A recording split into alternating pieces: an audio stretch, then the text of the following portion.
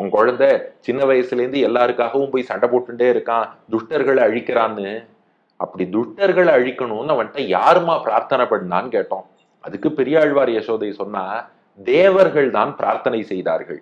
நாம கேட்டோம், நமக்கு இருக்கிற லிமிட்டெட் நாலேஜை வச்சுட்டு இந்த தேவர்கள்லாம் இருக்கிறார்களே, அவர்கள் பகவானையே ஆசிரயித்து பகவானுக்கே தொண்டு செய்யணுங்கிற எண்ணம் கொண்டவர்கள் கிடையாது. அவர்களுக்கு தங்கள் காரியம்தான் ஆகணும். கொஞ்சம் சுயநலம் உண்டு. தோஷமா சொல்றோம்னு அர்த்தம் இல்ல, வியாக்கியானத்துல உள்ள விஷயம்தான். இந்த இந்திரன் உள்ளிட்ட தேவர்கள்லாம் இருக்காளே, தங்கள் காரியம் ஆகணுங்கிறதுக்காக பெருமாள்கிட்ட வருவா.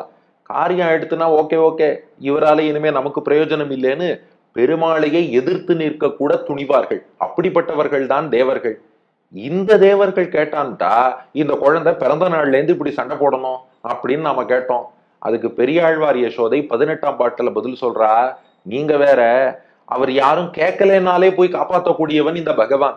பிரளய காலம், ஊழிக்காலம், ஊழி வெள்ளம் வந்த போது பகவான் எல்லாரையும் விழுங்கி வயிற்றில் வைத்து காப்பாற்றினானே, நாம யாராவது பெருமாளுக்கு விண்ணப்ப கடிதமா போட்டோம், பகவானே இப்படி இந்த தேதியில் பிரளயம் வரப்போகிறது, நீ என்ன பண்ண வேண்டும் என்றால் இந்த மாதிரி ஒரு ஆளிலை கண்ணனாக வந்து உலகத்தை எல்லாம் விழுங்கி உன் வயிற்றுக்குள் வைத்து கொண்டு பிரளய ஜலமோ அந்த ஊழிக்கால வெள்ளமோ எங்களை பாதிக்காதபடி காக்கணும்னு யாராவது விண்ணப்ப படிவமா போட்டோம். ஆனா யாரும் எதுவுமே கேட்கல, தானா வந்து காப்பாத்தினார் இல்லையா.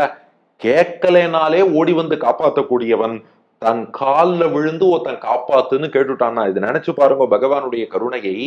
பகவானையே மறந்து ஏதோ காரியம் ஆகணும்னா அவன்கிட்ட வரக்கூடிய தேவர்கள் வந்து கேட்டாலே இவ்வளவு அனுகிரகம் பண்றான்னா, பக்தர்களாகிய நாமோ கை கூப்பி ஒண்ணு கேட்டுட்டோம்னா நமக்கு அனுகிரகம் பண்ணாமல் இருப்பானா?